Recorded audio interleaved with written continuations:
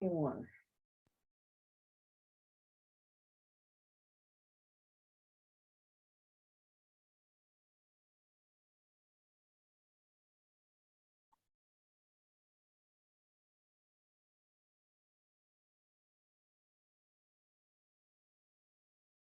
Hi, everyone. Let's see, who we were on.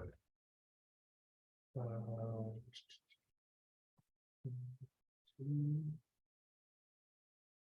I think we have everybody.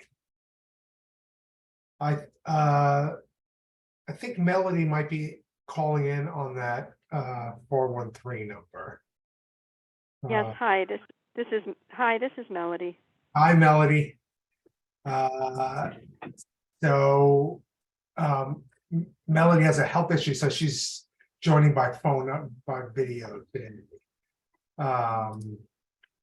Melody, feel free to use like whatever, raise hand or anything if you need my attention or have a question or anything. I'll keep an eye on. I actually can't use the screen, so Okay. I'm sorry. I'll just have to cut in if I No try problem. to do it politely. Yeah, no worries. All right, sounds good. Thank you. Okay, so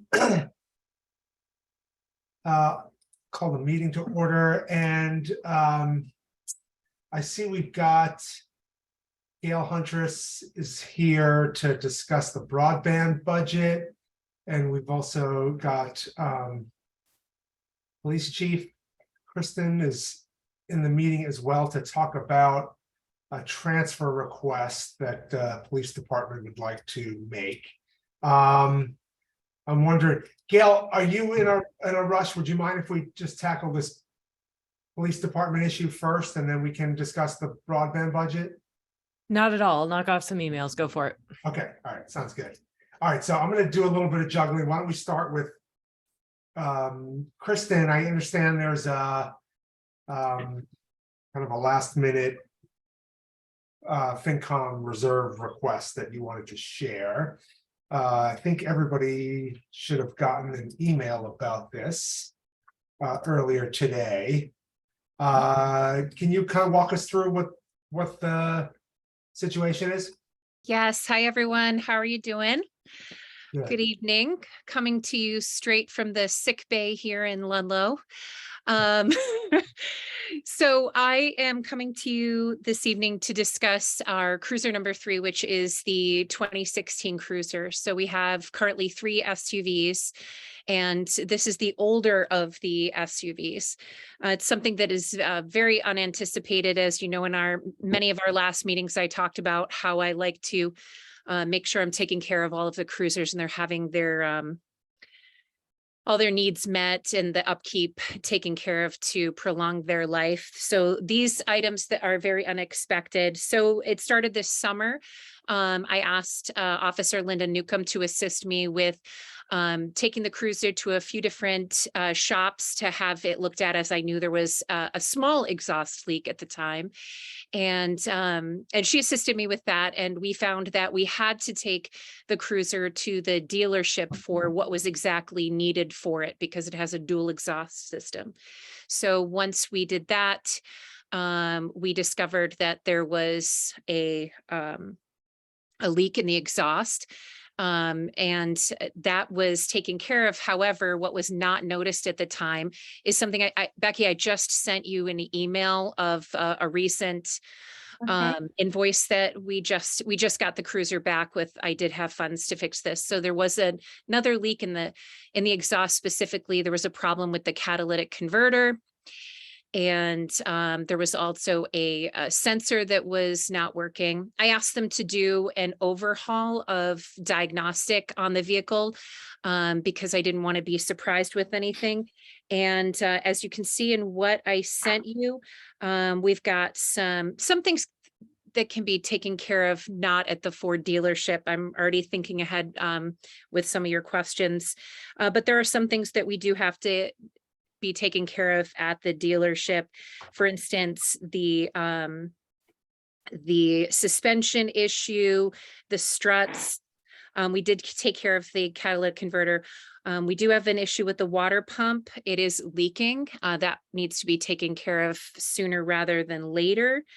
We've got some gasket issues, things like that, the serpentine belt, and the AC also needs to be looked at as well.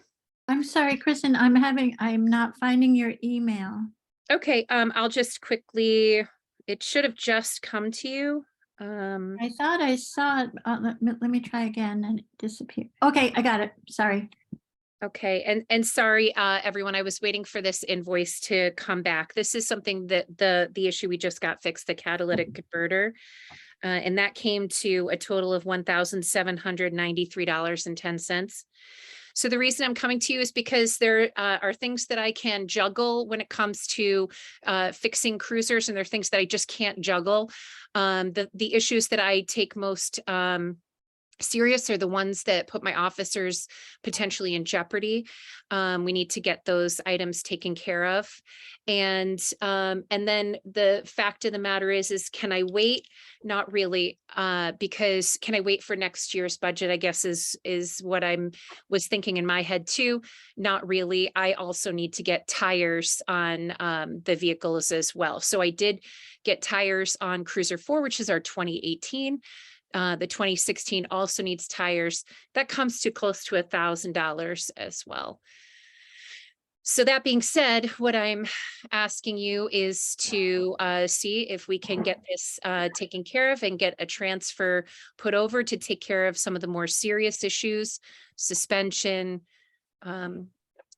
water pump issues, things like that. And if you'll notice, they did give us a quote with those as well. Is it at the bottom? No, I'm sorry, Becky. The quotes I'm talking about are from earlier. Okay. What was emailed? Yeah. What was emailed earlier. This is just, I just wanted to show everyone today. This is the most recent one that I did have funds to take care of, and it was pretty important because we're trying to not use just one cruiser all the time with one person. We're trying to balance them out so we get more life out of all of them. And I couldn't put the officers in this cruiser because of the exhaust leak and that being so dangerous. So I had to take care of this one right away. All right, so the invoice that Becky just shared were repairs for an issue that does not overlap with what was emailed earlier today to the committee, right? Correct. I believe that they don't overlap. If it's in there, I'm looking into my email as well. And okay, catalytic converter with O2 sensor. That is on the white receipt. Okay. That you probably can't see that. Okay. That is on the white receipt. So we can just take that one out that I had to. And that is, I did have the funds to be able to use that, but I'm pretty sure at this point I'm going to be down to bare bones. All right, so I think just to kind of get all the sort of important information on the table, right? I think in our last expense report, it looked like there was about $2,800 left in the police cruiser maintenance line, but I'm guessing that this invoice that you just showed us was not posted yet. Correct. Okay. Correct, AJ. And I don't think that the tires that I got for Cruiser 4 were posted yet either. So now I think that So that's about $2,800 between those two things. I right? believe it. I believe that's going to take me down to About zero right now. Okay, yeah. All right, so we're gonna operate under the assumption right now that the FY23 police cruiser maintenance line has been fully spent. And so the additional request is for basically to cover everything in this estimate that you shared with the committee earlier today, minus the catalytic converter expense, which has already come out on the other invoice. Is that correct? correct with O2 sensor, because we did that as well because it was throwing a engine light up. Okay, got it. All right. So that's about, let's see, 2,822, 474. Looks like 9,696. Okay, I'm getting a different number, so. Susie, I'm taking, actually, I'm gonna share my screen here. Let's see, You have permissions. yeah. Okay, so this is the scope of work that was shared with the committee earlier today. And so I'm assuming, There's 2 pages. oh, is that right? Okay, that's the issue. Thank you. Right. Yeah. All right, I see. Got it. I was just looking at the first page. All right, so Susie, when you totaled everything on both these pages, minus the catalytic converter O2 sensor, Mhm. you got, what did you get, 9,000 I something? got 9,696, but I didn't pay attention to this little message in the that's asterisk. I didn't count the 550 though. All right, There's another issue there that the strut is on both of the estimates, the right-hand strut, so it's kind of confused as that both yeah. estimates have the strut. Right, So that shouldn't be paid for twice. right. So that we can So- take this number and take out 1302. I see. Yeah. Uh, So So that 13, brings it 8394 without the 550. Right. all right. All right, let's get some questions. So I'm gonna go Bob, Susie, George, and then Jim. So Bob? we'll Yeah, start. so first of all, I want to ask Kristen if the exhaust leak was repaired when they did the cat. You're muted, Christine. Sorry about that. Yes, the exhaust leak is now taken care of. We had it previously patched, and now with the last leak with the catalytic converter, it is now fully taken care of. That's good. The thing that really impresses me about these two estimates, looking at together, is that there's a lot of stuff happening at one time. It seems like, you said, and I really appreciate the idea that you want to take care of these machines and give them the regular maintenance, put them on a schedule. It seems like we're getting a lot of stuff happening at once. I don't understand how that could happen if they were getting regular oil changes and regular maintenance. And I don't know who gave us this estimate. There's no letterhead or anything on it. I'd like to know who this guy or person is, and whether that's, just to check, make sure it's a legitimate business. So I'm not saying it isn't. I'm just saying it would be nice to see a letterhead on this, indicating who's bidding on this or estimating this or evaluating these things. And so that's and I don't know why. I mean, the catalytic converter, I guess, I don't know how much there's, the dealer would have known and would have told you if it was under warranty. They do sometimes warranty those catalytic converters, but maybe with over 100,000, the warranties would have expired, probably so. But the water pump, is that failing, or is it just got a leak on the seal, or? Okay, so first question, hi Bob, how you doing? First question is, yes, it is a legitimate dealership. It's actually the Ford dealership out of Greenfield. Because a lot of these problems couldn't be taken care of with a smaller shop. We had to go to the dealership. And that being a police rated vehicle, there's some parts that have to be, up to specs on that. The second question was, I forget, the third question was the leak in the water pump. Yes, it's actually leaking. The water pump is ready to be on its way completely out. The person that quoted it was the Ford delership. What was the second question, Bob? I'm sorry. I just wanted to ask about the water pump and about the and also the strut. Again, I don't know for sure, and I do trust the dealership should know its business. I'm glad you bring it to them for your cruiser, but I never heard of anybody replacing just one strut. Is Right. that- So it's sort of like, what do we absolutely have to do right now? That's where I was at. Tell me what needs to be done right now. And I think I remembered something else you said, Bob, and that was, it's all happening at once. And I, for lack of anything better, I feel like that's how my life goes. But I want to give you a little history on this particular cruiser. This was the cruiser that Dan Fernandez allowed Marcus Johansson to go to and from the academy with. And also it was used in the EVOC training. If you remember, I talked about that, I believe, one time. That's where the training for obstacle courses and high rates of speed for officers in order to graduate an academy, which we've all done, have to undergo.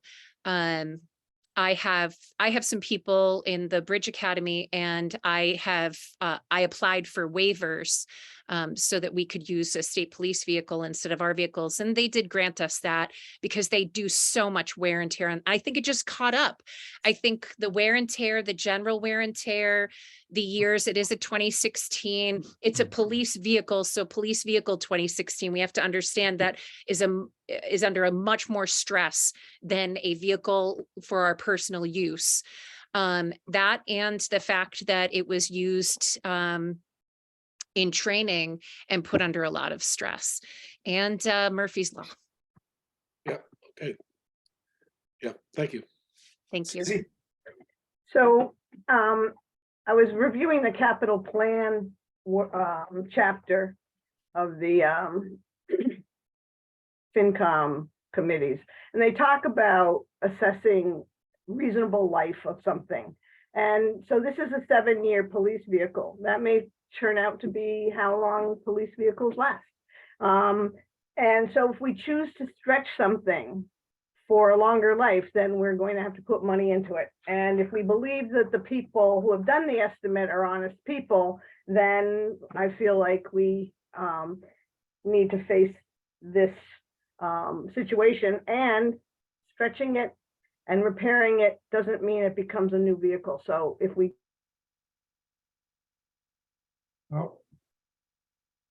Oh, she froze up. Susie froze, yeah. All right, Susie, I'll come back to you if you can hear me to finish your point. Let me go to George for now. go down this road, and if the capital plan Oh, okay. I think she's gonna have to log back in. All right, George. Yeah, hi, Kristen. So I want to ask, what year is this vehicle? Hi, George. This is a 2016 Ford Interceptor. It's not, so, and how many miles are on this? Current miles, I am not positive. Let's see if it was on that invoice that I I just, think it was. 110. But wait, if it was that invoice we saw, it's 107, right? Yeah. So, yes. so I'm just wondering, if Susie was, I think, talking about the point, and maybe we can let Susie go back, talk again about the rotation of our vehicles. And I'm kind of curious where this is in the rotation. I'm afraid if we spend a lot of money to get a little extra life out of it, and then another vehicle, and it kind of coincide at the same time that we really need to replace them, we're going to find ourselves in a tight situation in terms of capital expenditures. So I'm wondering if we're going to spend this amount of money on it, if maybe we should think about replacing it and just keep our rotation going. But that's really a capital planning thing. Also, I noticed the PTU seal is also duplicated on those invoices. $474 you'll see is on both pages as well. So we should adjust for that. So, George, just to your point, we did have a new cruiser request, not pointing fingers here. We did have a new cruiser request back when I think it was Dan Fernandez last year. He did ask for a cruiser. He was denied. And then the following year, I came through and it was granted. If we had done it then and then waited 2 years and got another one in 2 years, or you know, something like that, we might not be here. I can't predict that at all. I also can't predict anything else that's going to go wrong with this or the 2018. You know, I'm hoping that we can get a little bit more lasting out of it. I was thinking about potentially not this next year, but the following year. So to potentially see about a trade-in and getting a fully electric vehicle, actually, that some departments are doing, but that's neither here nor there at this point.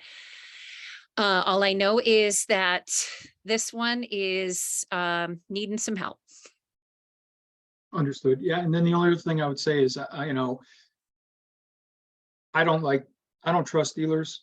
I think they overcharge for everything. So if you have another trustworthy dealer's mechanic, you know, whatever the dealer has to do, the dealer has to do, no question. But if you can save us a little money by trying to get the other stuff done elsewhere, I think you can save a lot. I was shocked at the amount of labor involved in replacing the water pump. If it's $2,300 for the labor and it's $120, right? We're talking 20 hours of labor. That just seems like a lot of time to replace a water Yeah, pump. I actually helped a friend of mine replace a water pump in my Dodge Stratus once, and it took us a very, very long time. It's a very difficult piece of equipment to get to. So I actually don't doubt that they're charging quite a bit. It's a pain in the butt. But for the smaller projects, George, I think we can definitely go to my other shops that we go to. I sort of have them, you know, I know who to go to for what at this point. That's going to give me a better deal on certain services. Okay, great. Thank you. Okay, Jim Walton? Yeah, my question has to do with what is the request for here as far as the dollars? I saw something about 5,000 is what we're looking for a. Is that what the proposal is right now is 5,000, or Well, is it? I think, Kristen, I think that's what was communicated in an email, but I mean, having reviewed these, It became more AJ, yeah. yeah, it's more than 5,000. It was 5,000 until we discovered some more issues. So I do apologize for not updating that. Yeah. So I think at some point in this discussion, we'll have to make sure we're all on the same page as far as what the town. Yeah, I guess that's what I'm getting at is what is the final number? You know, we've got what 2,800 that's still in the budget for cruiser maintenance. Yeah, so we talked about that a few minutes ago, Jim. That's been spent. So we're basically that line is pretty much fully spent because the invoice that Kristen shared earlier hadn't posted yet.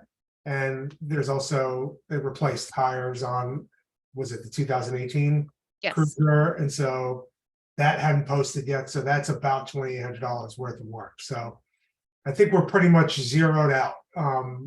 Okay, so what we're looking at here is a request for whatever the maintenance will be for this particular vehicle at this time. The sum of these items that haven't already been addressed. I guess to that point then, Kristen, is there any potential that we still have a couple of months left in this fiscal year? I guess 3 months, 3+. Is there potential for additional needs for cruiser maintenance? So I did have the 2018 checked out and we are looking good for that, barring any, emergent situations that are unforeseen. The newer cruiser is absolutely tip top. And I asked them to take their best technician and review this 2016 because I wanted to make sure that we didn't miss anything. So I think, knock on wood, this is everything that we are going to need to get me through to the next fiscal. Okay, thanks. Jim Thanks, Hemingway. Jim. Yes, Kristen, this is this Ford Interceptor. This has got 103,000 on it miles. Is that what I heard you say? It was 107, I think. 107 is the newest mileage we have. Yep. Yeah, that's not a lot of mileage. I guess I would vote for investing and repairing it. The other thing is you took it to this is the Ford Toyota dealer in Greenfield. Yes, it is. Although I did take it to 2 other places over the summer to get some quotes, some things they wouldn't touch at all. We have to remember though, respectfully, this is a police vehicle. It's not like our personal vehicle. And I know that's really difficult for people to sort of get out of that space and remember that 100,000 miles may not seem a lot for a personal vehicle, but when you're speaking about a police vehicle and the stress that we have it under continuously changes that spectrum of where it's at.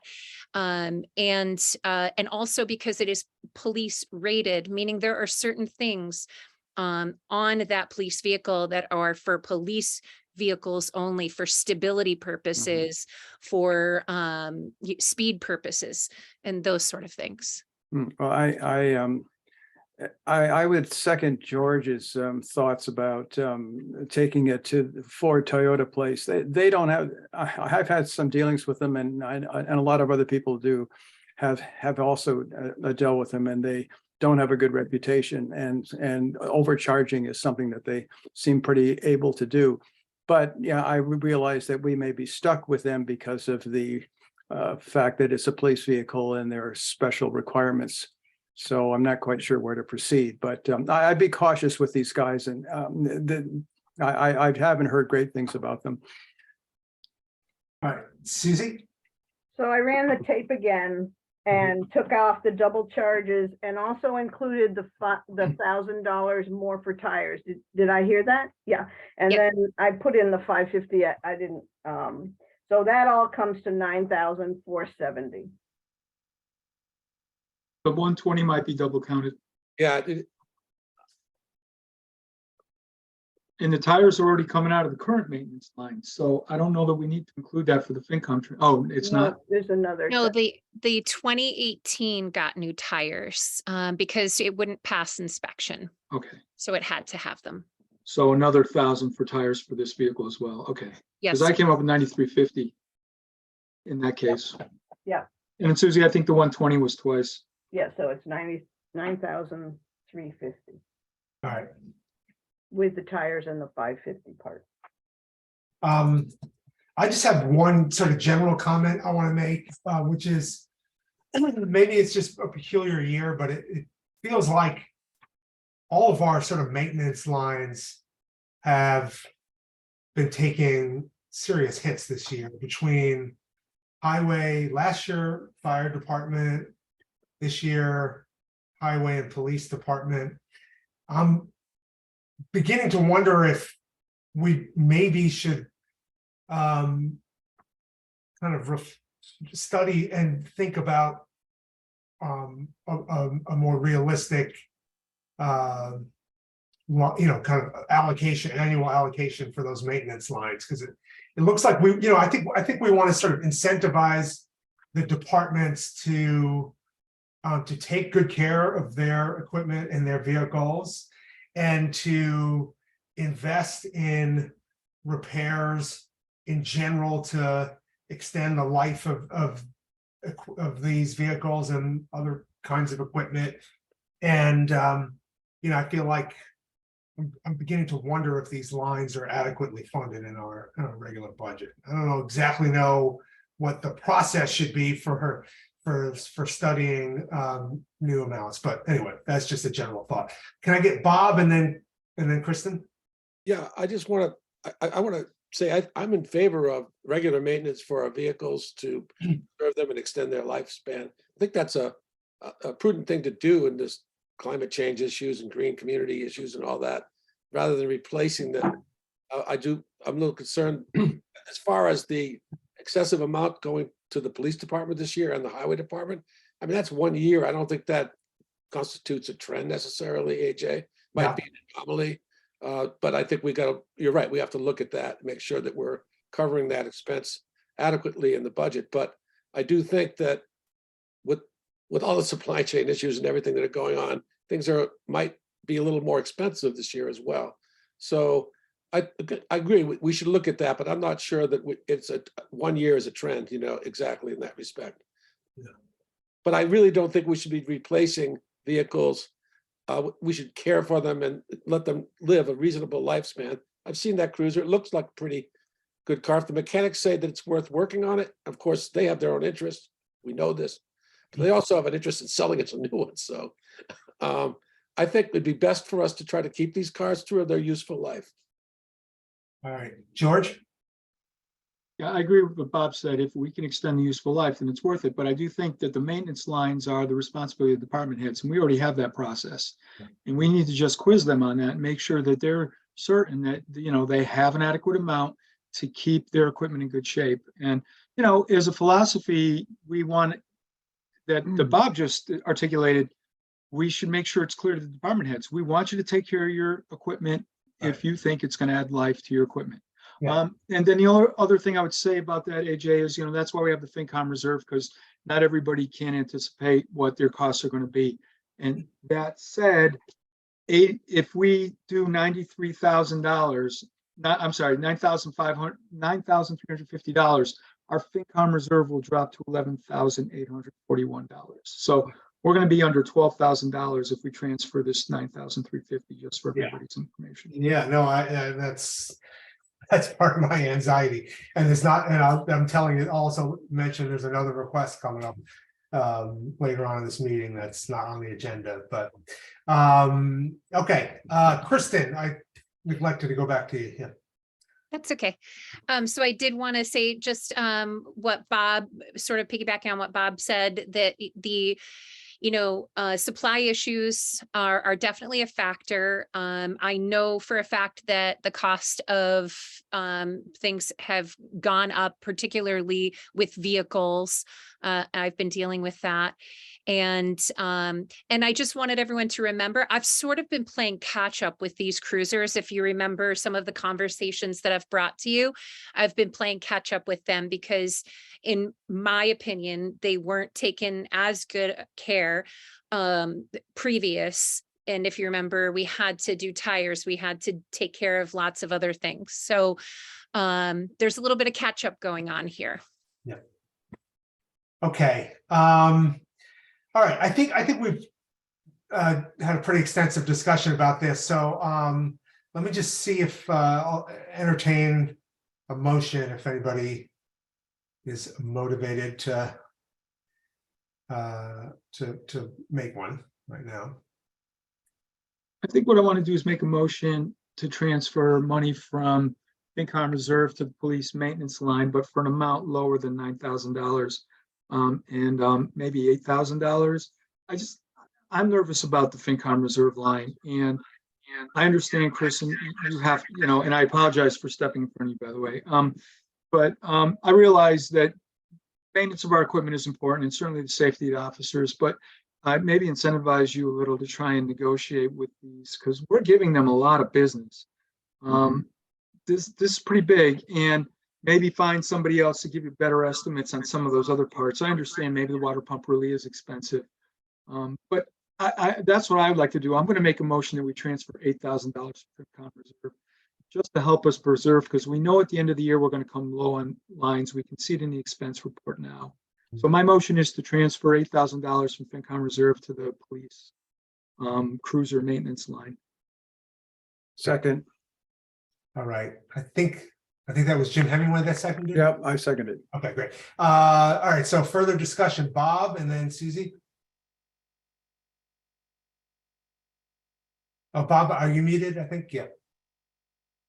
Yeah, Kristen, I agree with what George said, and I do think that maybe some of these maintenance items can be deferred till after the new fiscal year begins.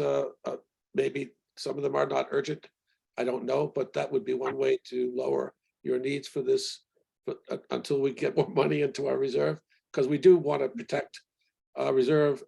It's getting right down to the bottom of the tank. So and one thing I wanted to say was that in terms of the maintenance line, Tim, the machine that he had to get repaired at great expense was a pretty new machine. So it didn't have to do with replacing it. It was just something that came up that was defective in the machine, and he couldn't get it repaired without going through an extraordinary expense. And that was just the way that broke. So again, I support George's motion. And I hope that Kristen can get the vehicle in good shape on the road and maybe defer some of these maintenance items. Susie. I can't believe that that's the concluding sentence after just talking about why there should be more money in the maintenance lines to make sure that the vehicles are maintained. And so I do not agree with the $8,000 proposal. I think that there's no evidence that Kristen isn't doing the best she can to find a price. She already said she could look other places, but I don't feel that we should second guess this. So I propose that we make the amount $9,350. Okay, Jim Walton? Yeah, Susie beat me to it. I have the same message. I actually was going to try to make a motion just ahead of George, and it would have been a motion to approve the transfer for the amount that that Susie has calculated. And I struggle with the same message. We spent quite a bit of time here talking about, let's try to maintain these vehicles properly. Let's send that message out there. The first thing we do is say, well, no, let's cut back. Let's cut back on what needs to be done. So, I struggle with this. I guess I would not support a reduced amount of maintenance on this. Yeah. I think just to chime in, I think none of that is inconsistent with, with what I heard George say, but I think George has a concern just about the status of our income reserve. There's 3 months left. Well, maybe the way to do this is to approve what Kristen believes she needs, and ask her to do whatever she can to reduce.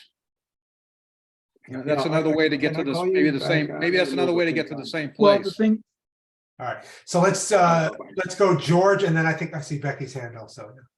this is a FinCom reserve transfer, regardless of what it actually costs. Once we transfer this money, we don't have access to it. And it's Kristen's, and if she ends up not spending it all, I would encourage her to spend whatever in there on maintenance of her other vehicles before the year runs out. But the fact of the matter is, once we transfer this, we won't have it. And it's not a big difference, the $1,000. I think we are, as a finance committee, we have a very low balance right now, 8,000 or 9,350, with 3 months left in the year. In the history of FinCom reserve transfers in fiscal year 23, I think we're going to have an issue. So, I'm open to the 9,350 if somebody wants to make a motion. I'm just hoping that maybe Kristen could work some magic or do some negotiating, is really where I'm coming from. All right, Becky, did you have your hand up earlier? I did. I was just going to say, I don't know if you were clear. The request that you'll be facing later in the meeting is for $5,000, possibly $10,000, probably only $5,000.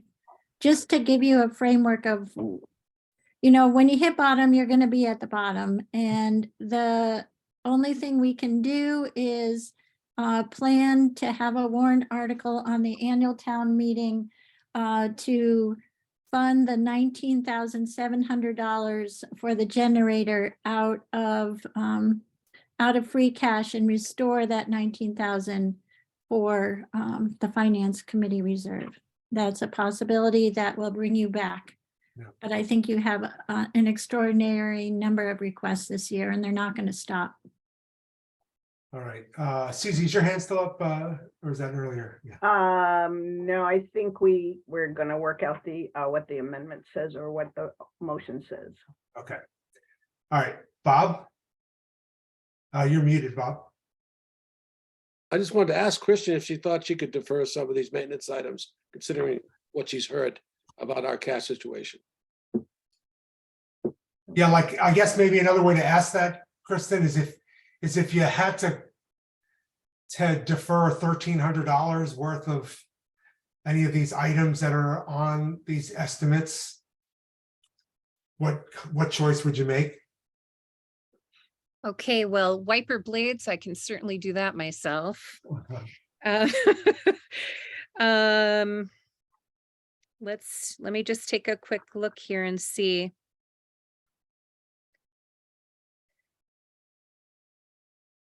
So if I absolutely had to, I would say that I can work with whatever you're asking me to work with. But remember that may potentially put us in another position for the next year as well. So I'm constantly playing catch up, and I haven't yet been able to stabilize the cruiser maintenance budget because there's always just something that I'm still trying to play, run and catch up to. I learn a lot from all of you every time I come to one of these meetings. You know that I'll work with whatever I've got to work with. I'm just asking to give me an opportunity to not have to play catch up on this particular cruiser. All right. All right, so I think we've got a motion on the floor. It's been seconded. I don't think it's been amended yet, so I think we should probably vote on the motion that George made. And Arnett, yeah, go ahead, George. Arnett, aye. Ability available? Melody, are you able to vote on this? All right. Can you hear me? Yes, now I can hear you. Okay, sorry, I was muted. Chartier, aye. Okay, thank you. Groves, aye. Hemingway, aye. All right, Cashew, aye. Mosier, nay. Walton, nay. Okay, so that motion is going to pass 5-2. So Kristen, we're going to transfer $8,000 from the FinCom reserve into the cruiser maintenance budget.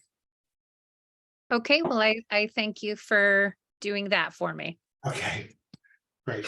Thanks, Kristen. Thanks, Kristen. All right, bye, everyone. All right, take care. Yep, thanks.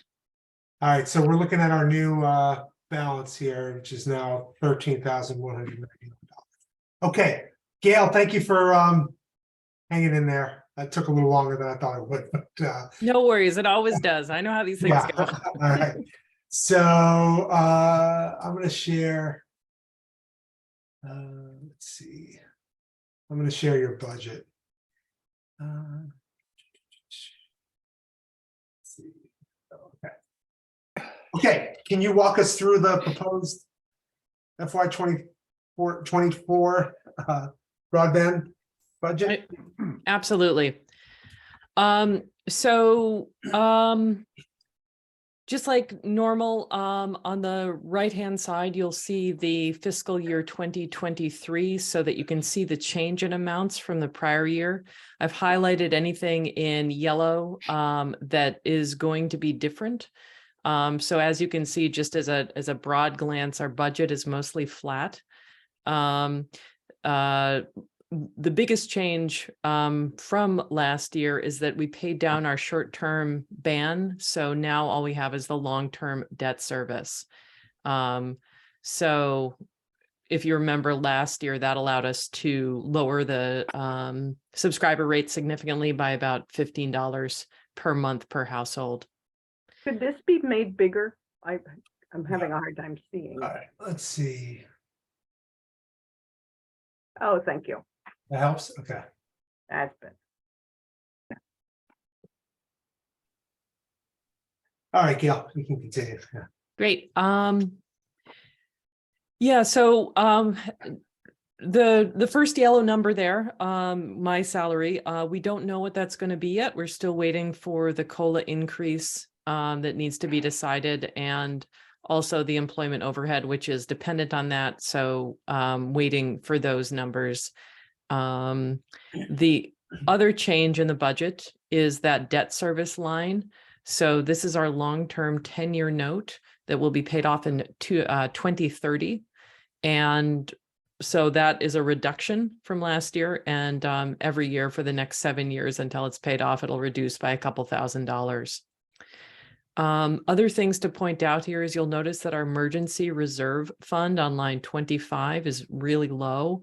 But this is by design because what we're doing is funding that with our retained earnings. So we're leapfrogging retained earnings forward to fund that. We have dipped into our retained earnings into our emergency reserves for the first time. This year, we've used about $2,600 of that. So nothing that's going to break the bank, but we have dipped into it. And kind of thinking in a bigger picture beyond just this year. It was interesting to listen to the conversation with Kristen about how do you project forward, because we are doing the exact same thing on the broadband committee, where we are needing to look at our depreciation funds, otherwise known as capital stabilization, I know in your world, for all of our electronics. So the way that we're dealing with that is just making a big list of all of the electronics and equipment that we have in our electronics hut. They're only 3 years old now, but we know they're going to need to be upgraded sometime in the next 3 to 5 years. So we're trying to figure out right now what's the lifespan on those, and can we project the costs forward. It's more and more difficult to do that now. Supply chain issues, costs are rising. So we're going to be doing that and just putting in a really big buffer, knowing that our electronics are going to need to be replaced some point in the near future. In addition, we want to upgrade our residential electronics. So the routers that are in all of your homes, those will need to be upgraded. Technology keeps evolving pretty fast. So we want to make sure that Shutesbury residents have adequate routers. And so that's another big part of our stabilization planning that we're going to be doing going forward. Right now, we have about $158,000 in our depreciation fund. And so we've been feeding that since the first year of operation, knowing that electronics were out just like everything else. So we'll keep watching that. We'll keep planning forward for further expenses. Our priority is always keep rates as low as we can, keep service high, and make sure that we have enough in our reserves so that unforeseen events don't require us to dip into town funds at all. I'll consider our network a success if we never, ever have to do that, and just have kind of a self-sustaining budget here. Right. Thanks, Gail. Any questions from the committee? Jim, Walton? Oh, you're muted, Jim. Sorry, my question's on the revenue side. What are you projecting for revenue income on the fiscal year 24? Yeah, it'll likely be somewhere around 70,000 or so, somewhere between, I think, 70 and 90.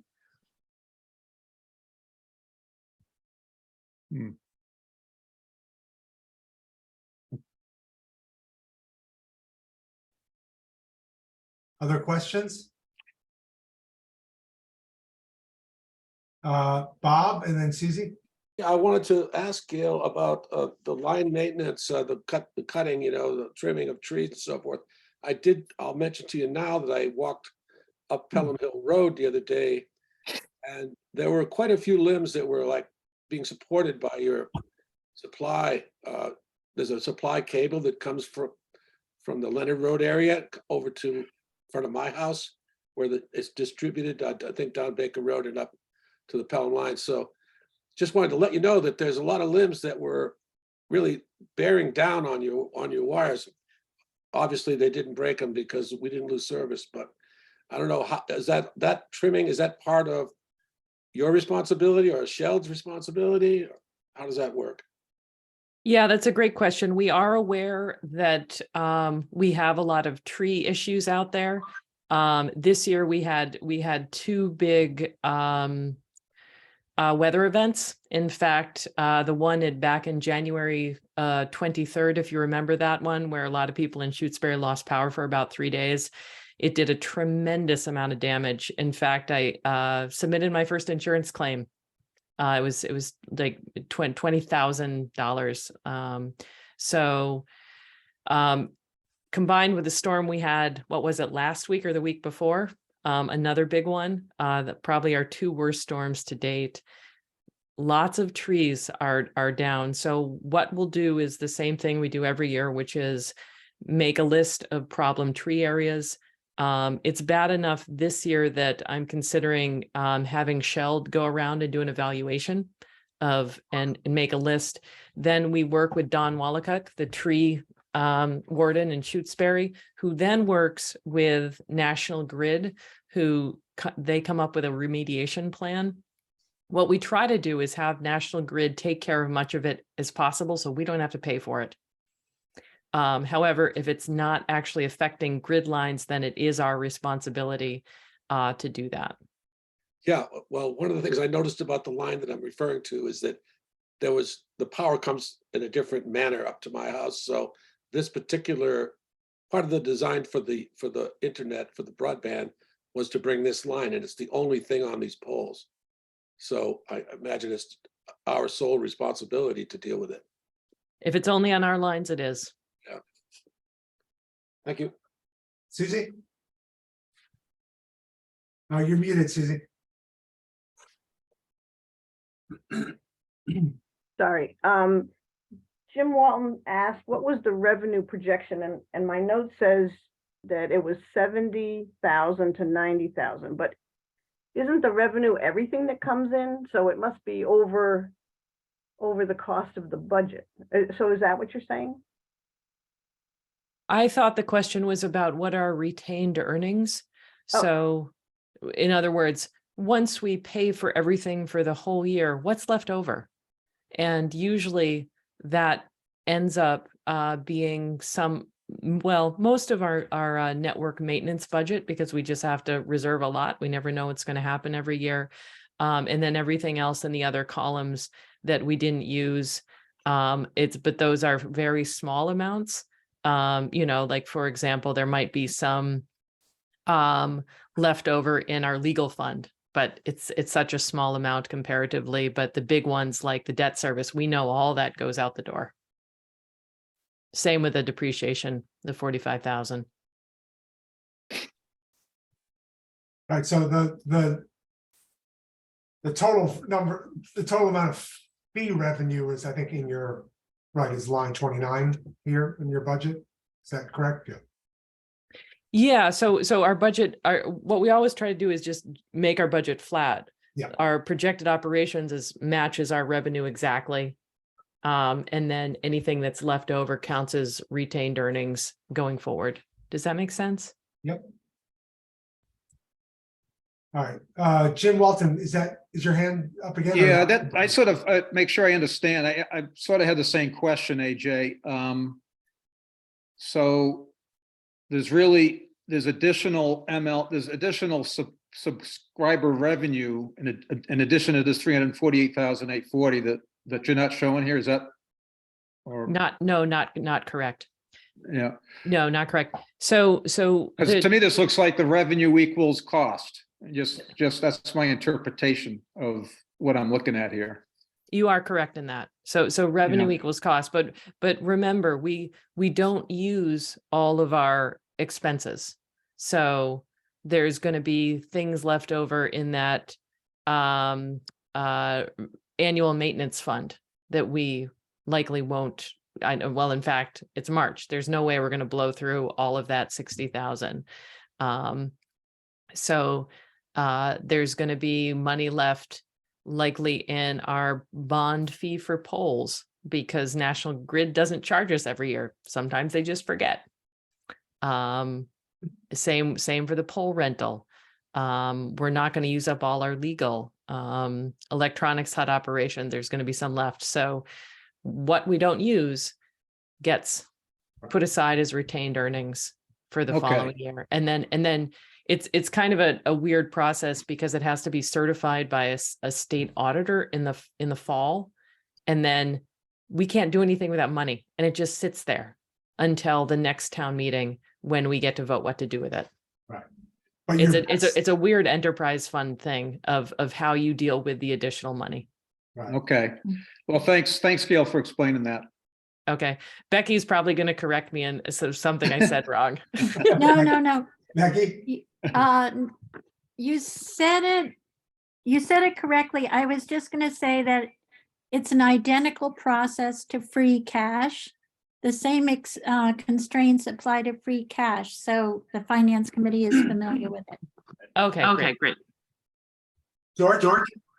A real quick question. Oh, I'm just curious. You have maintenance here. We have to maintain our equipment and we have weather events all the time and something breaks on a regular basis, I would think. What's the threshold for an insurance claim? When is something? 10,000. 10,000. Okay, so it's based on dollar. Yeah, 10,000 per event. So for something like the big storms that we had, although the damage from that went on for 3 or 4 days. But that still counts as a single event. Okay, thank you.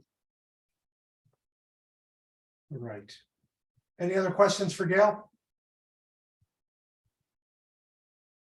Okay, well, thanks for spending the time with us and for preparing really helpful, detailed budget information, and for being such a good steward of our of this resource that's so valuable to, I think, all of us. Thank you. Yeah, thanks as always for your support. And like I said, my goal is to never sit in front of you and ever ask for money, ever. Great. Okay, thanks, Gail. Thank All you. right, thanks, y'all. Bye-bye. Yeah, thanks. Okay. All right. Let me just give a couple of updates on agenda items. So we were planning on reviewing capital requests tonight, but that's going to need to be postponed because capital planning was not able to meet in advance of tonight. We're meeting on Thursday. And so we will get to that item, but it'll be our next meeting. Yeah, Becky? I do not have the budget ready for you all tonight. I thought I had nailed it. But I didn't save and my computer crashed and there's too many things I couldn't make up for the crash. So I apologize. I will get it out to you guys before the weekend. Okay, great. All right, I think I think we have a little more time than we thought we would a few weeks ago before the annual town meeting got postponed. So I think we'll be okay. So our next meeting we'll do capital planning and we'll review the initial FY24 budget. I think the next two critical items for us to deal with tonight. One is this new transfer request that we alluded to earlier, and this is coming from the Board of Health. And I'm going to just share an email that I got from Catherine Hilton about this. And she's not going to be speaking with us tonight, but I think Becky's going to share some background information and we'll be able to answer some questions about this. So this issue, God, this is probably going to be pretty small. I don't know if you guys can read my email here. How can I make it bigger? Let's see. That's good. Is that better? Okay. Perfect. All right. So this is related to this mosquito control district. I remember hearing about this, I think a couple of years ago, this first came to our attention. And so this is essentially like a membership fee, right? That our town pays to be part of this kind of regional project. And so, Becky, it sounds to me like the confusion was that, we Sorry. No problem. So I think my understanding of the issue, I'm having a bad echo. Are other people having that? Okay. Sounds like the issue was that, I think we actually had a warrant article about this at a annual town meeting, maybe two years ago. FY21. Okay, FY21. And I think there was a misunderstanding on the part of the Board of Health. There was an assumption made that this was like a recurring expense that would be covered by the town's annual budget, which is not the case. And I guess there were no invoices shared, and so this is all of a sudden it came to Catherine's attention that we have not been paying our membership fee. Is that right, Becky? Correct. A couple of years behind here. Yep. So so the FY 22 and 23 fees have not been paid. So that's $10,000. And we know that we've got about a little over $13,000 left in our reserve fund. So how are we going to deal with this is the question. So is there any other kind of critical information, Becky, that we should know about this? One piece is that the FY22 invoice has to be paid through annual town meeting. If we have an invoice that is from the prior fiscal year, we can't pay it until annual town meeting. And that's because the books are closed and right, and they can't be reopened for this, I say. Right.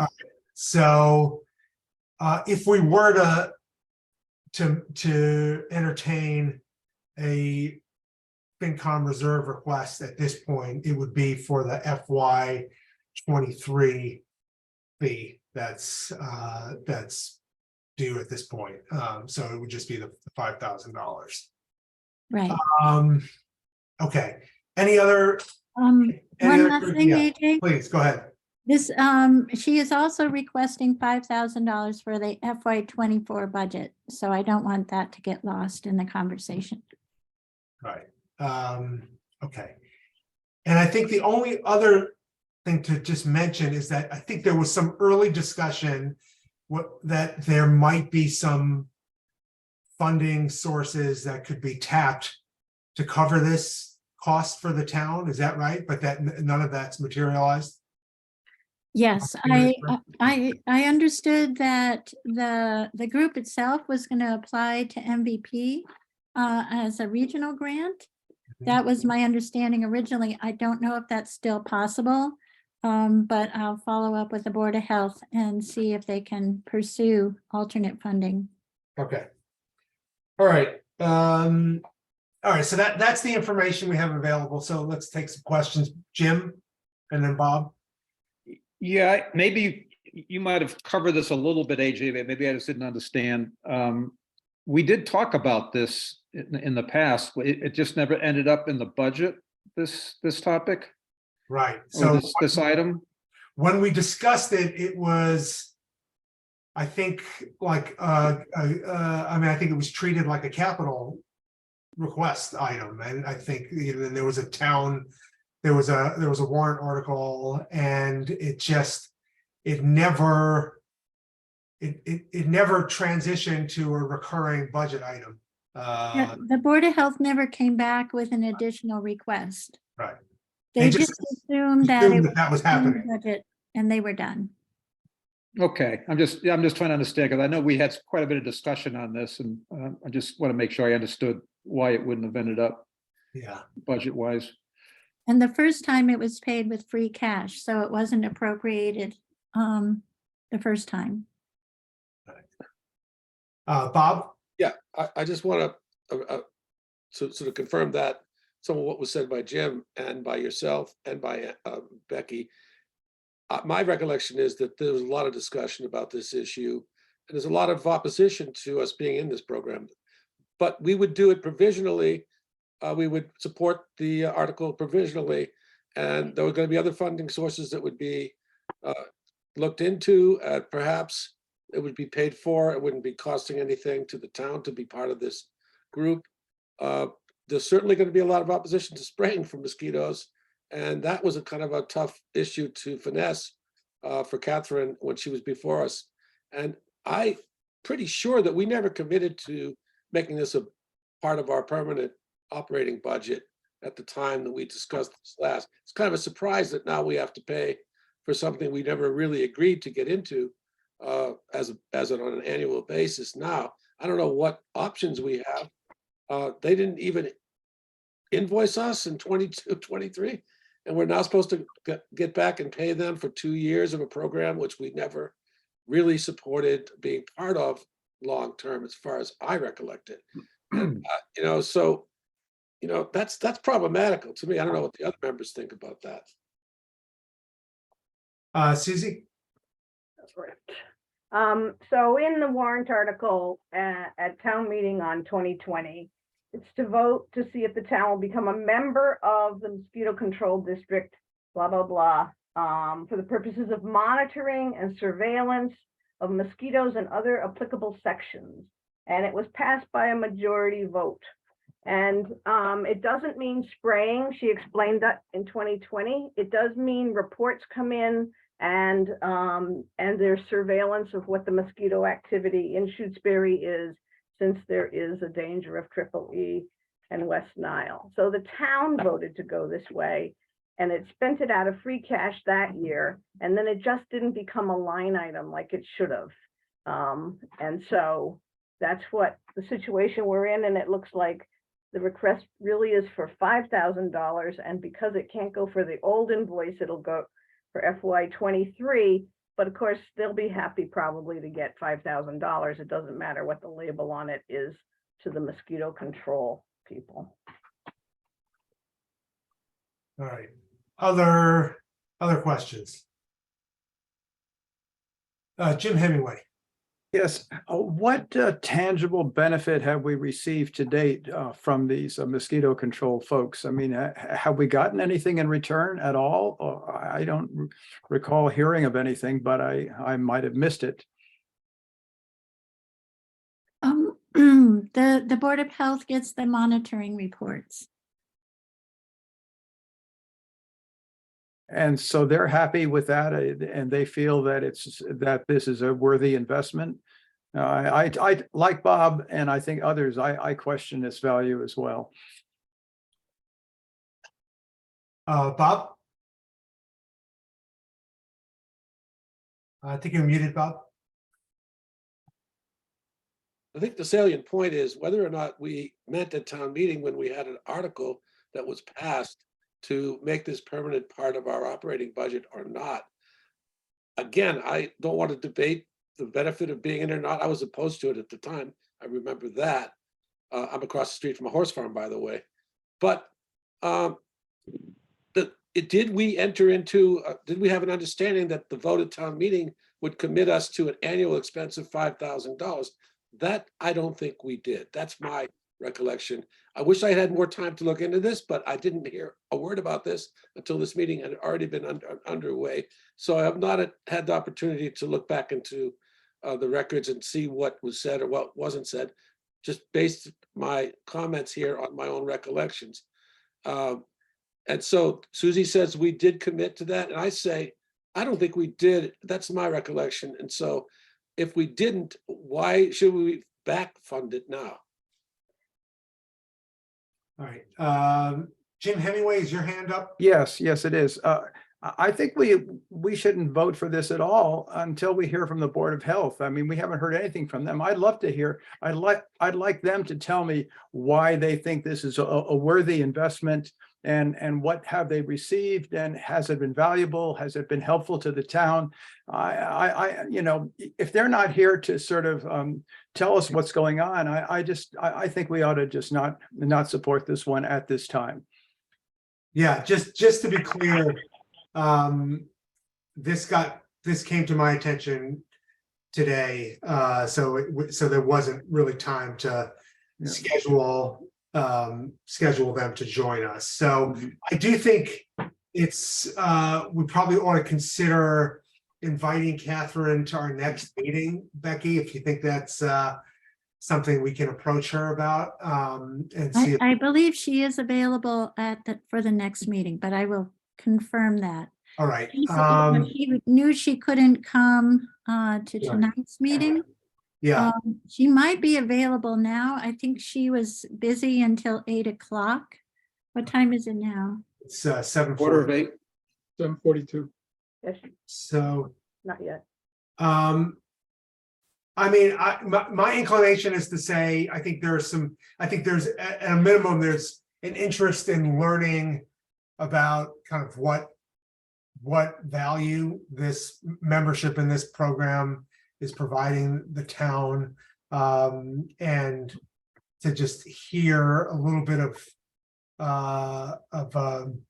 kind of what's the case for our continued involvement in this group. So I would recommend that we've sort of had an introduction to the issue, so we know sort of like basically what happened and sort of where we are, and then we can talk to Catherine and ask questions about sort of, there's really two issues. One is how are we going to deal with kind of whatever obligation we have for FY22 and FY23, and then there's a second question, which is this something we should consider building into our annual budget?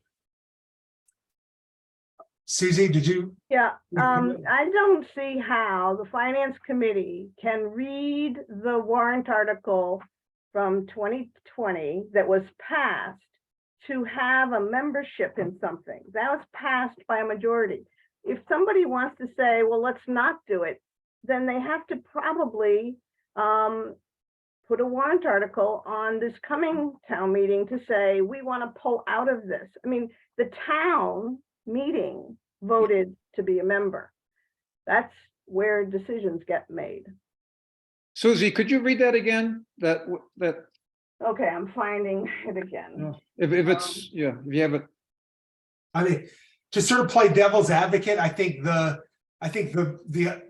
perhaps the idea would be, that we entered into this program sort of on a pilot basis to see what value it would offer to the town, and if it was, there'd be some assessment made after that pilot period about whether we should continue to Well, be. we could have had that understanding, but it's not the way the warrant was written. Understood, yeah.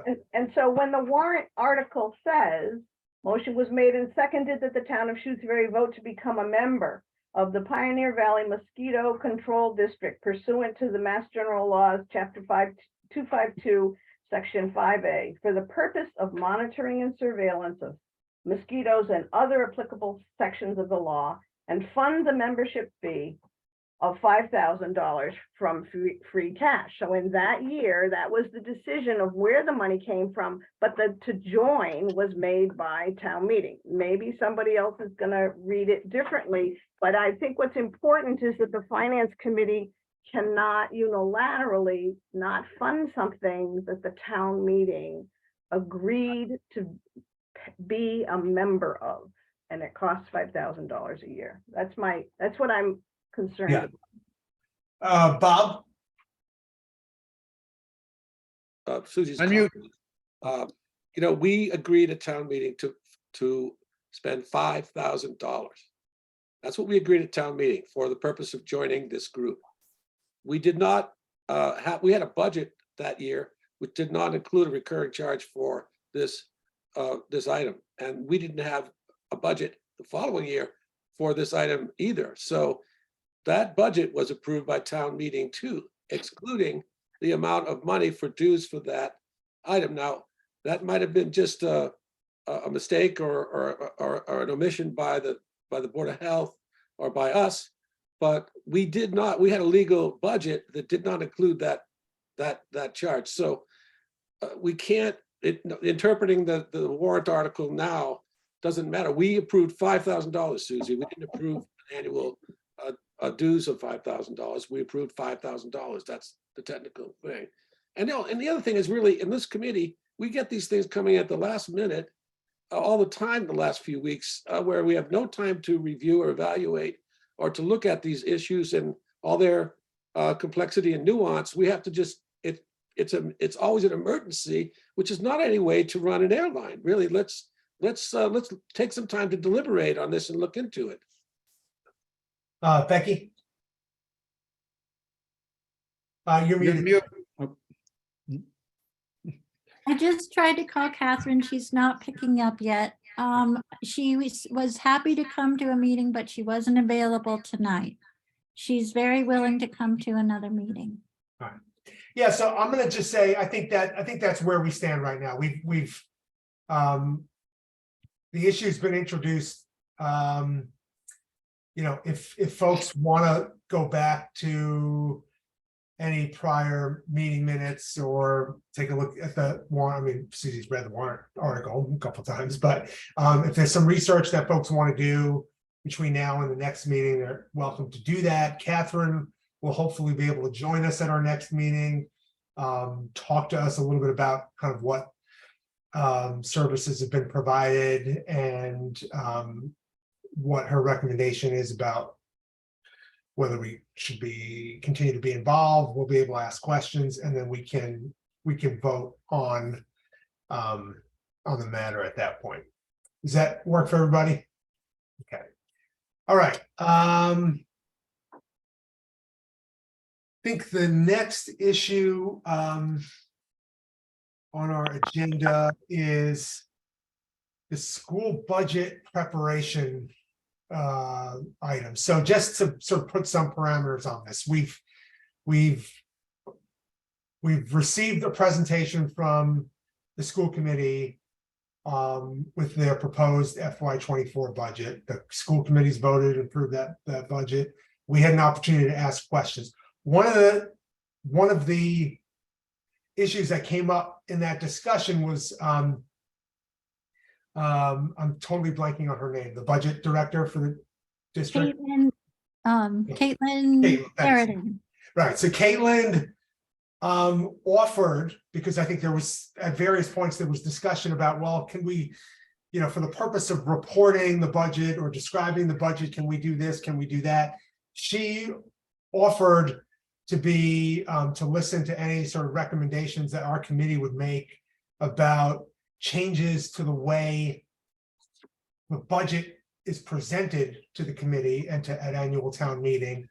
And so I said that we would devote some time at a FinCon meeting to discuss the issue. So this is purely about, like, are there different ways that we would like to see or changes made to how the budget information is presented to us.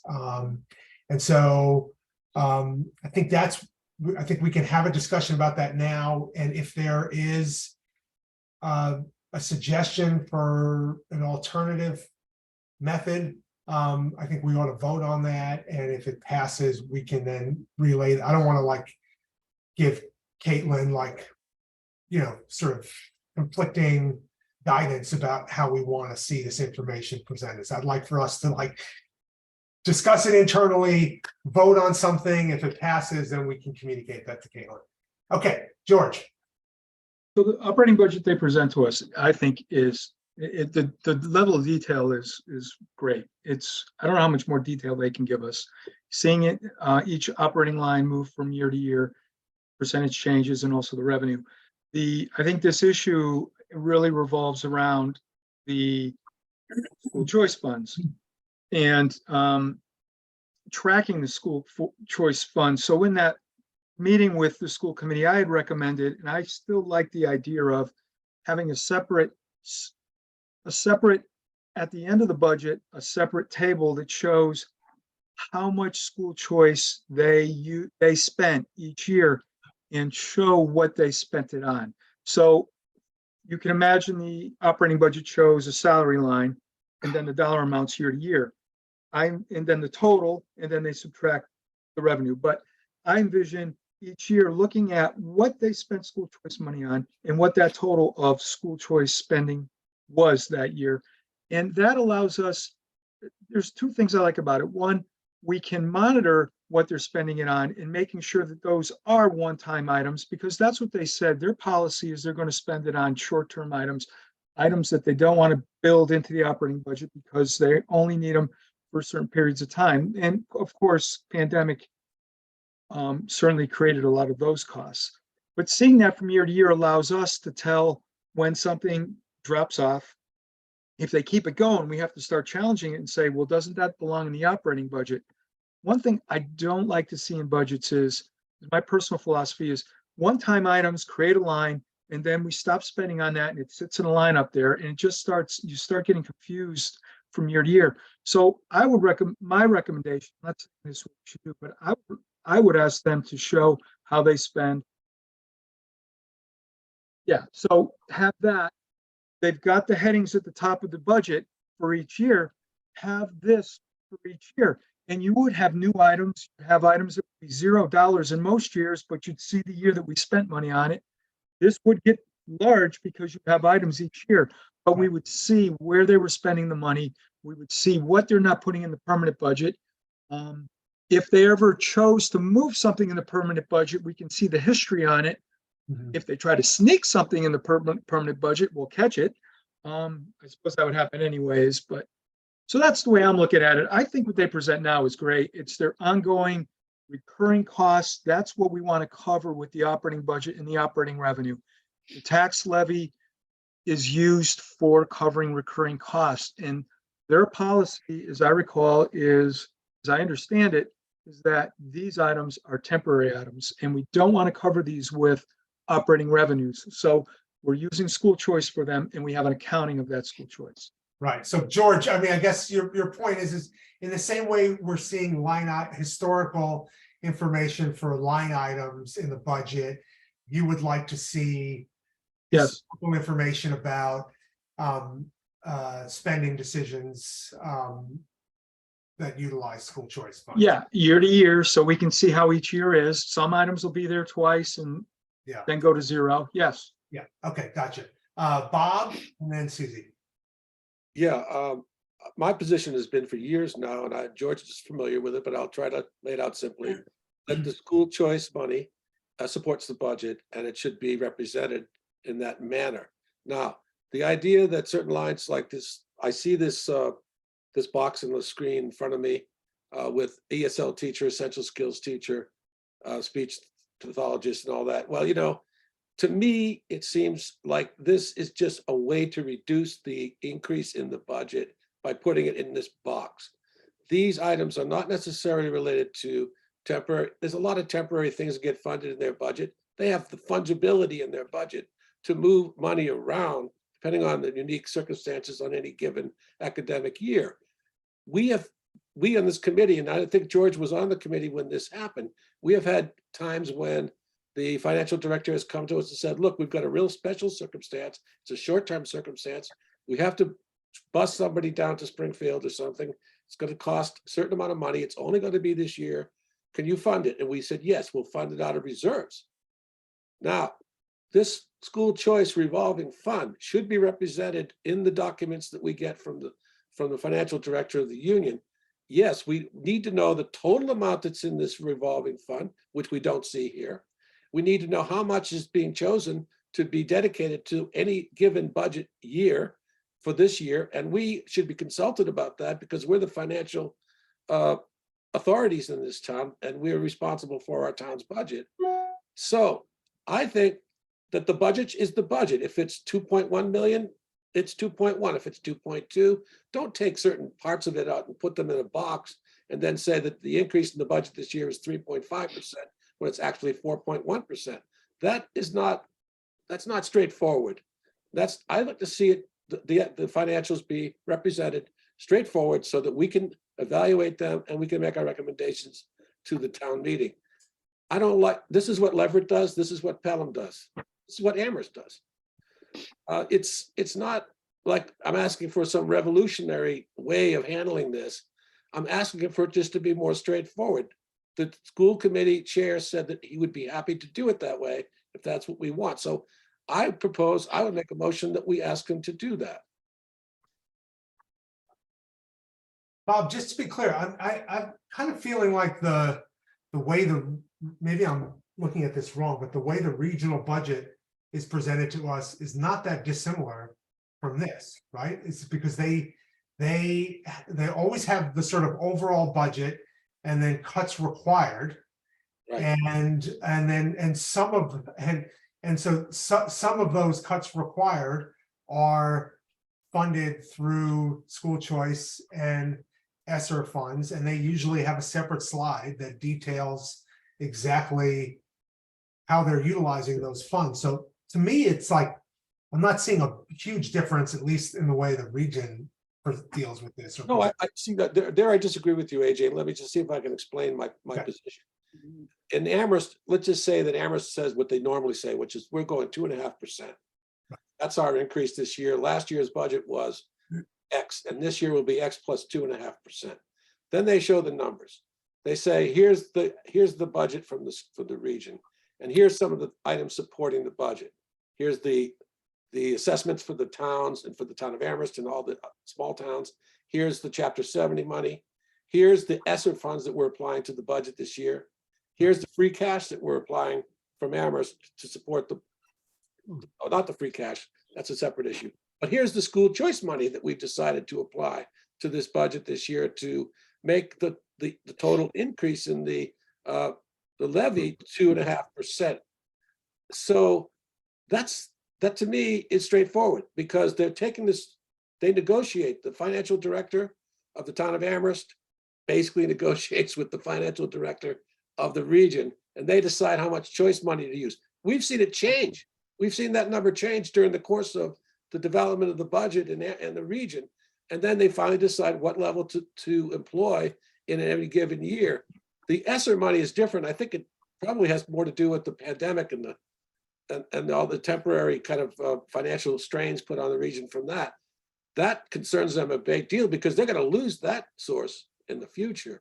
But the school choice is a big number. I think our school choice total now in our revolving account, if I read the expense report properly, is over $800,000.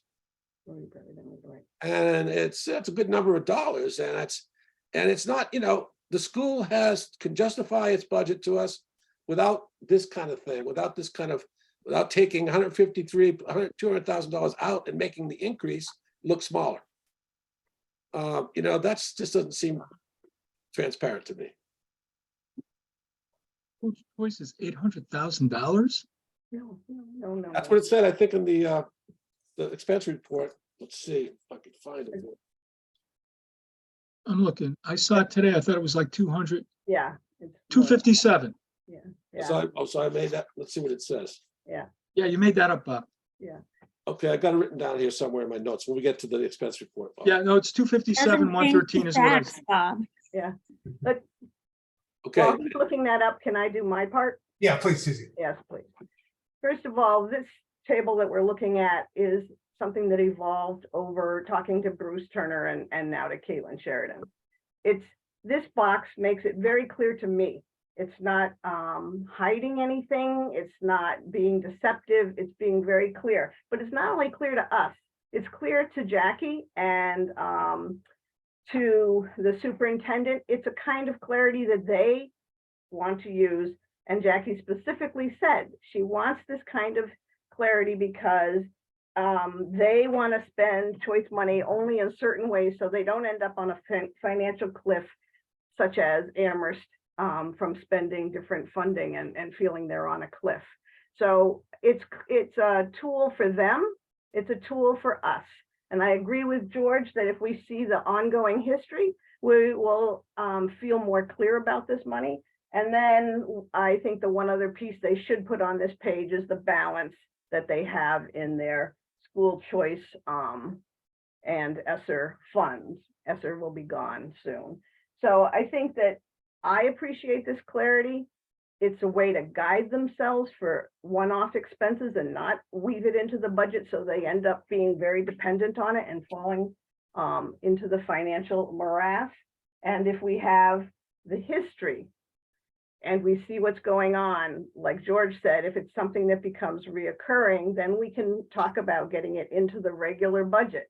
But I do not feel that this is a deceptive tool. I feel like it's a clarity tool and it helps guide them in making their decisions.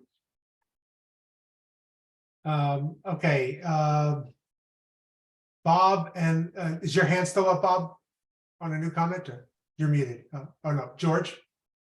Yeah, the only thing I would add to what Susie said was, in terms of reporting the balance to us, the current balance, and maybe even if they can forecast forward what the balance might be in the next fiscal year, might be helpful. And then the only other thing I want to add to what I had said earlier and what already has been said was, there are, it's what I've said in previous meetings, we have a number of sources of money that we don't see in the operating budget or in the revenue page that we present the town meeting. And it's because those expenses are funded from elsewhere. And so we've got this balance in this account, 200 something thousand, that is not recurring, can be used differently year to year. And I think it just really obscures and confuses people in town by trying to throw those things in the budget, watch wild fluctuations in the budget because of them. And I do like the concept of we are presenting what the revenue to the town is going to be through taxes and state funding and local funding. And that's what we're funding with our budget. And so these items, I don't believe should be in that operating budget for the school. Do we have a motion? All right. Any other comments? All right, so I'm gonna make a motion that we provide the following guidance to Caitlin Sheridan so that we that they incorporate historical information on positions funded through ESSER and school choice. And that they provide further details on the school choice revolving fund line, including current balance information and projected balance for the following fiscal year. Second. Becky? You said positions only. I'm just. Oh, I guess I'm just looking at the title of this chart. So I guess, Right. so There might be other things. expenses funded by ESSER and school choice. Perfect. Okay. Bob? Yeah, I just want to say, I did make a motion. I don't know if that, Oh, I didn't hear it as a motion. I'm sorry, Bob. I made a motion that we asked the school committee and Caitlin Sheridan to provide, to include the school choice at supporting the budget directly so that the total budget number would be evident. That's what I did propose. So maybe that won't be seconded. I don't know, but that's what I proposed Okay. before you. I certainly heard you make the comment. I didn't realize you. Heard you say recommend. I didn't hear the word motion. Well, I'm sorry, I did say that. Okay. All right, no problem. All right, so we've got two motions on the floor. One of them's been seconded. Does anybody want to second Bob's motion? You're muted, Jim. Jim, you're on mute. I second Bob's Okay, motion. okay. So I need the wording for Bob's motion. Can you try it one more time, Bob? Yeah. Yes, I make a motion that we ask the school committee and the regional financial director to include these items in this box that's before us, these items now represented as funded by school choice in the budget, and then show the school choice supporting the budget. Is that clear enough, Susan, you think? And then, so you want the items in the budget and you want the revenue to be shown in the budget. I want the school choice to be represented. Also, I'd like, somewhat parallel to what George has recommended or AJ has recommended, I would like to see a full accounting of the school choice revolving account as part of the budget presentation. But, you know, if I look at Pelham's way they manage this, they show how every year they have a kind of a little spreadsheet as part of the budget document that shows how much school choice has been provided to support the budget over time, and how much money has been left in the account at the end of every given fiscal year. and going down to the present projected budget and the projected contribution to the school choice fund.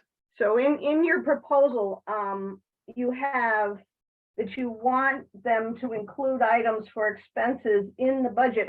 Do you want them identified as school choice and ESSER expenses? Or No, you're just saying just expenses. no identification either way? Just there, for example, in the budget, I believe there's a line that says paraeducator and 3, and then it says it has a number of dollars on that line. That line could be increased by 27,000 and change. So to use that as an example, Bob, you would want to see line 43 here. I'd like to see it increased by Increased by whatever that 27,000. amount is. You don't want to see it as a separate line. Yeah, see, here's the perfect example of what I'm driving at. This is shown as a line that is decreased by 12.54%. And then that salary went over into that box. Yeah. So it's increased to 27. That same person, I'm sure, well, not sure, but I'm guessing. That same person with the COLA is now making 27.5. That line came out of the budget and it went over into a box. So the real cost of this budget is actually now shows a smaller number than it might if it was just kept there. And so that's what I would like to see it. That person, that employee, I'm not saying to fire the person, I'm saying to represent that cost in the budget. So Bob, just to be clear, so oh, sorry, did you want to say something, Becky? Yeah. I'm sorry, AJ. Bob, how could we vote this budget that you're creating? If We that, wouldn't know what's being appropriated and what needs to be paid for. this line 43 shows a reduction of 20, what's the number? 3,400. 3479, 12.54%. So if that other paraeducator was included in there, then it would be a different number and it would be represented in the budget. But Bob, isn't it fair to say that Vote the budget. Pardon me? Becky, I didn't hear you. But you couldn't vote the budget. You'd have it all mixed up. You'd have to take, then you'd end up voting the choice amount into your appropriation. that is what he's proposing, I think, yeah. So, but Bob, I think the other point is that if let's imagine this scenario where we're increasing that line by $27,000. Right. And despite the fact that one of those salaries is intended to be a temporary single year expense, isn't that essentially encouraging the school district to just fund that line at the full amount, the $50,000 for the next school year, because it's sort of in their budget, which has been approved by the town in 1 year. I mean, is it the fact that there's a temporary cost that's built into that budget line? Isn't that going to get obscured, the fact that it is meant to be a temporary cost and that it's going to be coming out of the budget in the next year? Can I answer that? Yeah, please. Here's my thing, AJ, is like this year I think I don't remember the exact number, but I think the budget that's represented in this document is about 4+% increase. If those items that are in the box that are not included in that total of that increase of 4.5% or whatever it might be, then the increase would be greater. Now, we don't know what's going to happen with our budget and how this request balances with our general overall budget and all the different things that we have to consider when we recommend. But if the budget actually added that number from those other accounts, the ESSER and the school choice, which is what I'm mainly concerned, because the ESSER, as you said, is a temporary thing. It's going to be sunsetted, but then we would be able to consider the total budget as it really is, the total ask. We don't vote on Chapter 70 money. We don't vote on other grants that the school uses to support its budget. We vote on the amount that they ask for us. And What we want to know is how much are you increasing your ask and how much do we have to pay? And I think that the school choice, frankly, we have some rights as taxpayers to consider that as revenue to support, because look, let's face it, we don't get Chapter 70 money from those kids. All we get is this paltry $5,000 a pop to fill the classrooms to the sort of adequate number of students so that there's a decent population in the classes. But we don't get much support from from anywhere except for that 5,000. So why can't we use it to support the budget? It's supporting the whole operation. That's my position. So I don't think the school wants to raise its ask by 7%, and they come to us and say it's going to cost 7% more. We have 7% more, and we're supporting part of it with school choice. We think we should spend X number of dollars this year of school choice to support that. That'll lessen the levy from the town. Then I think it's just a more straightforward way to do it. I think that's what other towns do, and it would be more clear and more straightforward to do it that way. All right, George? There's so much there to unpack. I don't think would be clear. I think how we account for it says nothing about how we're actually going to finance it. Yes, people in town can ask the school committee to apply school choice funds to the budget. They can do that regardless of what the accounting looks like, whether we keep it at the bottom or we keep it inside the budget. It's easy if we're able to if Caitlin's able to track this from year to year in this lower section, and then we've got the operating, we can see what's funded from our operating budget, from our revenues, the tax levy, and we can see what's coming from here. And it's very good accounting. I can't imagine a clearer way of understanding it. If, Bob, you're more interested in having them apply more school choice funds to the operating budget in their grant section to lower what's covered by the tax levy, I think, make that proposal. But changing these reports and making them less understandable, burying some of these costs in other lines will eliminate our ability to understand, because this essential skill teacher might already be in the budget and we're paying that person to some extent, but we're not going to see that we're adding an extra FTE. Well, that's a bad example, but the ESL teacher might be a good example of somebody who's already on the payroll, but we're taking a portion of that person because they're doing additional work. If you bury it in that line, we'll never know that. We'll never know that we have that temporary one. And we as a finance committee will lose some of the insights. So if lowering the operating budget and lowering your taxes is what you're interested in, I don't think adjusting the way we account for this stuff matters. And for me, trying to understand how they're operating that school, seeing this level of detail broken out this way, I think is the best possible way for us to see it. Okay, Susie? I feel like we have a very clear choice in front of us, how the information will be presented to us, to the school, and as part of the budget that goes in front of town. So I'd like to take a vote now and make a choice between Bob's motion. That's the first vote, and then we'll see where we are. All right, yeah, so let's do that. And just again, to be clear, what we're voting on here is a question of accounting and how, not a question of policy, right? This is about how we want budget information presented to the committee moving forward. So Bob, I think, made his motion first, so we should vote on that and then see what the outcome of that is, and then move to the next one if that is not passed. So does everybody understand the motion? Do we need to read it again, or we're all set? Why don't we vote? Go ahead and vote on Bob's motion then. Avernadis, no. Melody, did we lose Melody? Looks that way. Oh yeah, I think so. Okay. So that's Grove's eye. Hemingway, aye. Okay. Cashew, no. Mosier, no. Walton, nay. Okay.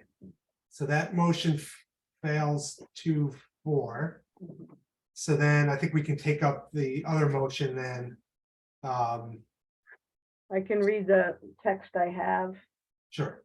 That AJ made a motion to give guidance to Caitlin Sheridan to give us report historical ESSER and school choice expenses. No, expenses funded from ESSER and school choice, and to report on the balance of the school choice funds and project into the coming year. Project the balance into the coming year. Thank you. George, you want to start? Overnight, aye. Groves, it doesn't make any difference. I can't really vote against your motion because mine didn't pass, so I'm gonna vote for it. Or I'm gonna abstain because I don't want to be opposed to your motion. Sure. It's not what I support. So I'm Okay. abstaining. Hemingway, no. Cashew, yes. Mosier, yes. Walton, yes. Progress. Gail back here. So I think that motion passes 4-1-1. Okay. Susie, would you be able to kind of share that outcome with Caitlin? Yep, I'll send it Meet to with her them next. Okay, great. Thank you. and to Dan, the school committee, and to Yes. her. Of course. Thank you. Okay. All right, I think we've tackled all the sort of major items. I think there are a couple things, if it's okay with you, I think I really do need to wrap up at 8:30 tonight. So the things we haven't gotten to are reviewing minutes from March 7th,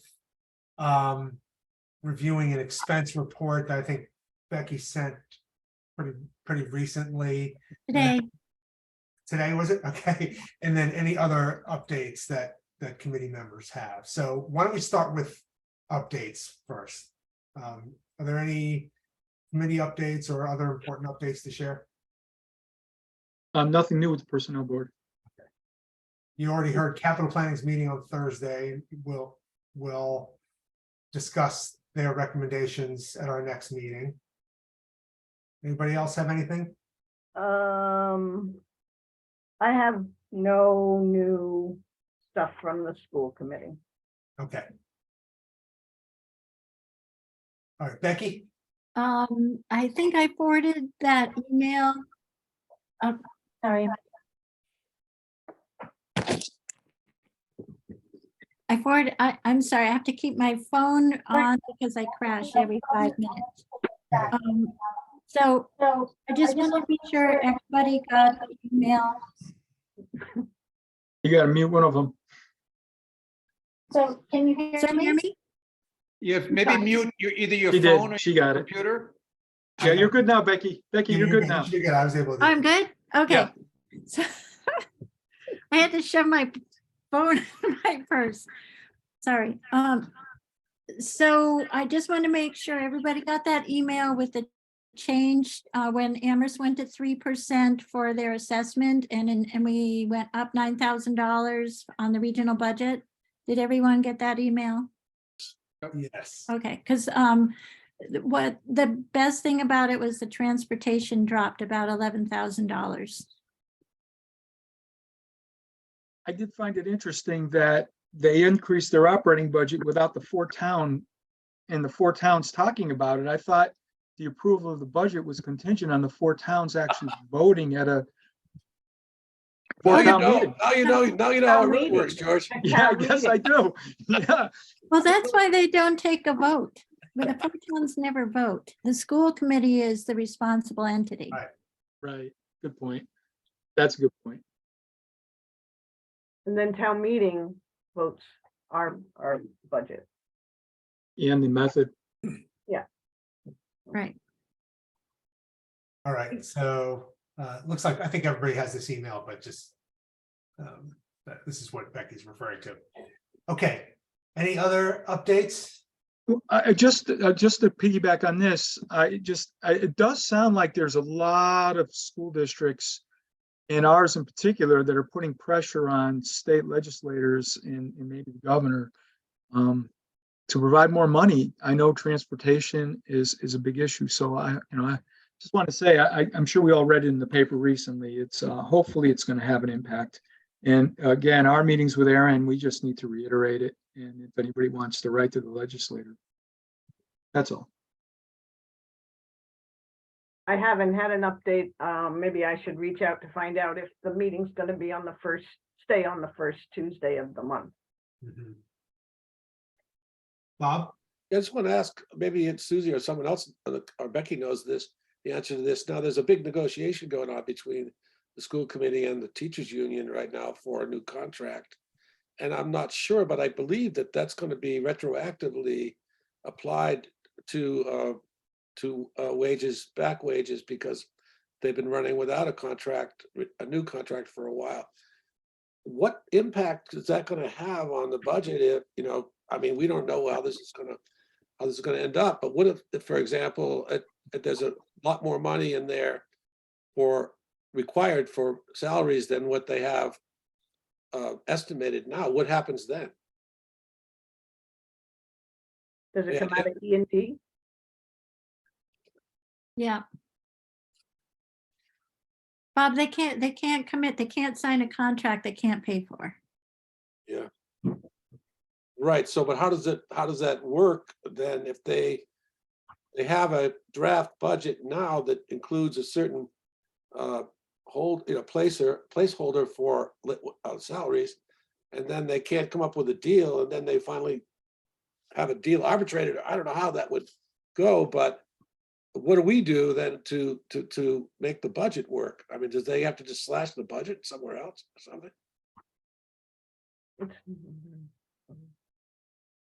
It's kind of scary. But we had surplus E&D last year. Right. Yeah. They had to give it back. Yes. Okay, well, I mean, it's going to be interesting to see how it works out. But Yeah, maybe we should save what they gave back to us last year, just in case. they asked for it back already, didn't they? No, not that much. All right. I'm sharing our calendar. So we had April 4th as an open date. So I'm suggesting that we address these two issues, the capital planning budget, and look at our preliminary FY24 budget on 4th, if that makes sense. Okay. All right. Any final thoughts before we wrap up? Well, the minutes. Oh, yeah. And this is wrong, right? You know this is wrong. Yeah. The town meeting has. Yeah. Yes, June. I know. I haven't actually updated the Okay, the town meeting info, but In the warrant articles approved, they'll move down. yeah, But the things will move. okay. Were we gonna try to go through the expense report or, I'm afraid we're not going to have time. okay, or the minutes? We'll do the minutes though, I think. So we are talking about March 7th minutes. Everybody should have those.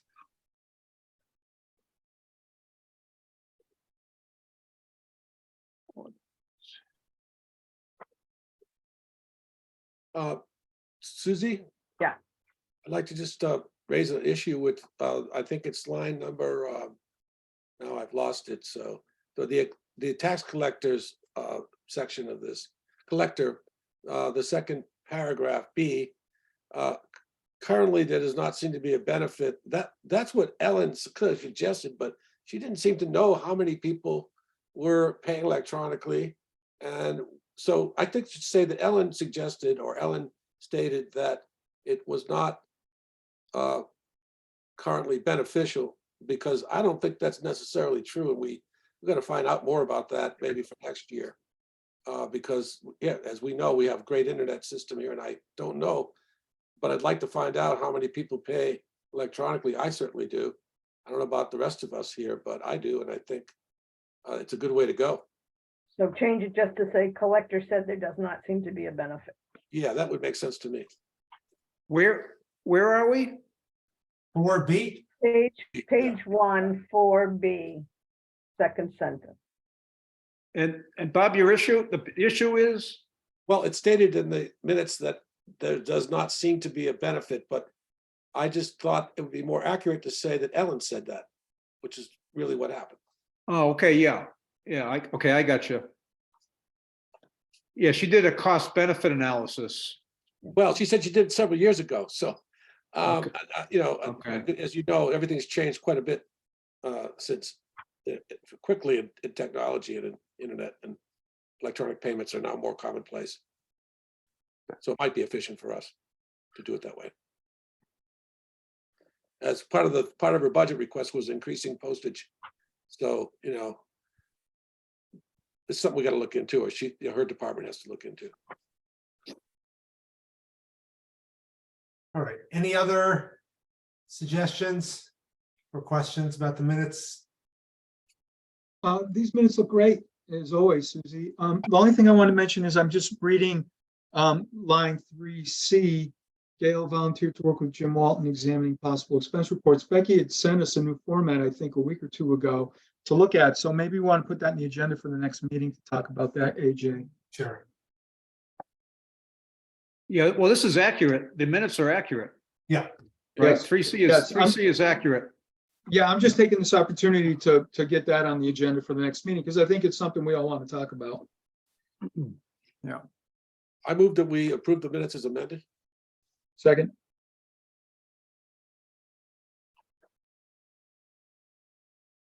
All right, George, Renee, side. Groves, aye. Hemingway, aye. Cash, you aye. Leisure, aye. Walton, I. Okay. Becky, what's going on with your having the two screens? What's that all about? I had to move, I had to extend, I put my extender for the accountant, and I think I need another extender because I had a bad computer day all day. But Yeah, you're it's been still having crashing through the meeting. It's still It's happening. not until- over. Let's adjourn then. Yeah, Second, thank you. Yeah. Didn't we agree to, on the expense report, on that new format, the one that was much clearer? Everybody loved it. Can we have future expense reports? Yeah, I thought we agreed on this. I would love to see the expense reports done, with the lines and the dotted lines, and all that. It was much clearer to me. I think if we could get the expense reports that way, we'd all be much happier.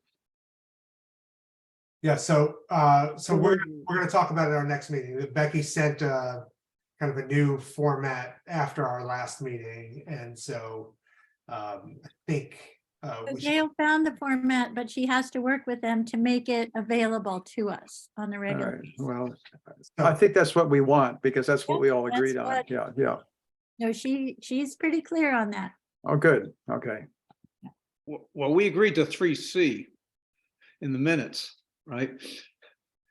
Yeah, we haven't agreed to any format. We didn't yet, agree my to understanding. another format. But we'll I think we'll look at the one that Becky shared. Yeah, most but- recently. Yeah. It- well, it- yeah, it we did all- look good. It yeah, did we all look like a liked it, nice, yeah. it Yeah, did it was look sent like a on March nice. 9th, by the way. I think we have a Yeah. motion to adjourn to keep working. Groves, Renee, aye. side. Okay. Yeah. Cash, you aye. Hemingway, aye. Becky, your doppelganger's up there. Becky's smiling in one picture and she's, how do you do that? Wow, that's pretty good, Becky. All right, so we'll see you all on the 4th. Sounds good. Have a good night, everyone. Good night, everyone. Bye. Have a good one.